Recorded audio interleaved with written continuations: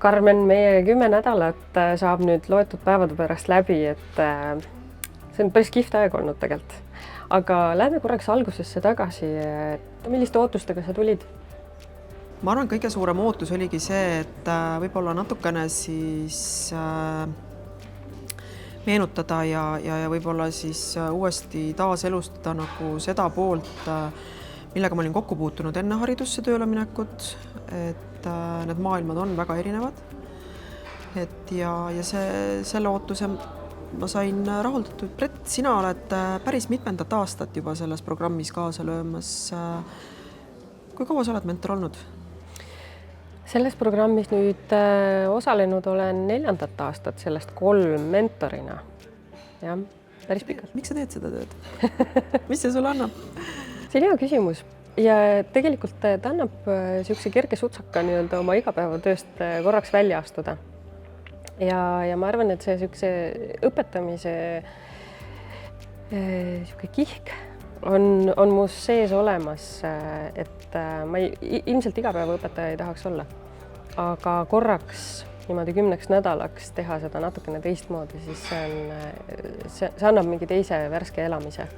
Wise üleüldiselt panustab hariduse toetamisse laiemalt ka, et haridusjuhtide praktikaprogramm on ainult üks nendest võimalikest projektidest, milles me kaasatud oleme.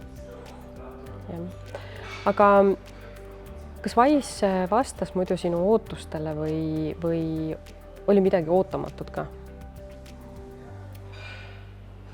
Võib-olla selline kõige suurem võib-olla eneseületus või selline, ma ei tea, üllatus ilmselt see ei olnud, aga jah, et millega tegeleda tuli, oli siis see töökeskkond või see sisseelamisprogramm.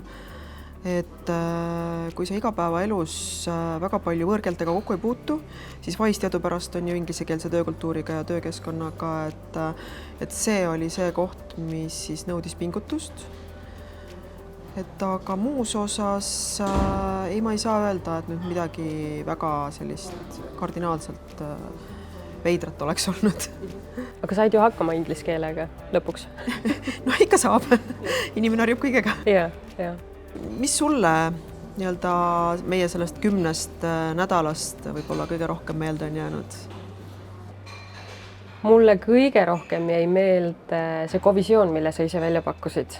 Ja see oli hästi äge kogemus, mitte ainult mulle, vaid ka nendele, kes seal osalesid, et need erinevate tiimide juhid, keda sa palusid sinna endale nõu andma, olid äärmiselt tänulikud selle võimaluse eest ja nendele väga meeldis see kogemus, sest nad ei olnud kunagi varem midagi sellist teinud. Nad olid ehmatanud, sest nad arvasid, nad peavad kohe tulema õigete vastustega lauda, aga tegelikult see protsess iseenesest pakkus neile hoopis mingit teist vaatenurka, mida ma ei oleks üllatunud, kui nii mõnigi nendest pärast võib-olla kasutab täpselt samamoodi.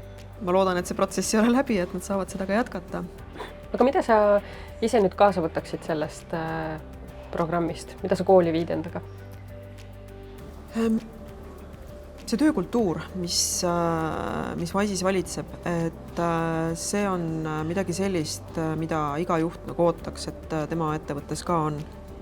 Et see, kui inimesed ise pakuvad lahendusi, on sellised loomingulised ja orienteeritud just uute asjade väljamõtlemisele, väljapakkumisele, et ei oldaks nagu selles harjumuspärases kinni, et kogu aeg on nii olnud, et siis see on nagu kindlasti üks selline positiivne asi, mille ma kaasa võtan. Ja ka see teadmine, et kui siin ootavad ees suured väljakutsed, mis tunduvad alguses täiesti ületamatud, siis kui sa ühe suure asja teed väiksemateks osadeks, siis on kõik asjad nagu võimalik ära lahendada. Kuule, aga see aeg, nagu ma alguses ütlesin, oli hästi kihvt, et ma loodan, et meie koostöö ikkagi jätkub veel ja need mõned head mõtted, mis me siin koos arutasime, et me saame neid järgmine kord veel kord arutada ja siis juba uues võtmes. Just, et aktiivne periood on nüüd küll läbi, aga meie tegevused ju lähevad edasi, et selles mõttes me ju hakkame niikuinii veel regulaarselt kohtuma ja saame põrgatada. Väga hea. Jõudu! Sulle ka!